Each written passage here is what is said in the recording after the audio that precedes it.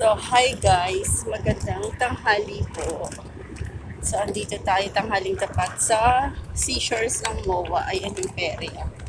Siyempre nakapayong yung lola nyo kasi guys, mainit pa, tanghaling tapat. Ayun, so panonoorin natin ngayon guys, yung kakaiba lang naman dito sa nakita ko ngayon.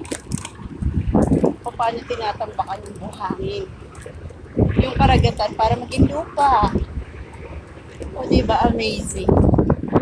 So, nakikita ko rin yan sa Dubai, pero I never expect na meron din pala yan sa Pilipinas.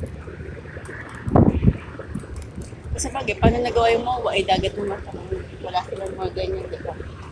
Alright, init. So, nagpapatunaw lang tayo ng taba. Mga 2 o 3 oras tayo dito. Tapos, babalik na ako sa SQ. Sa sleeping quarters para matulog bago mag-duty. Yan. So, sa mga night shift, importante talaga yung night shift.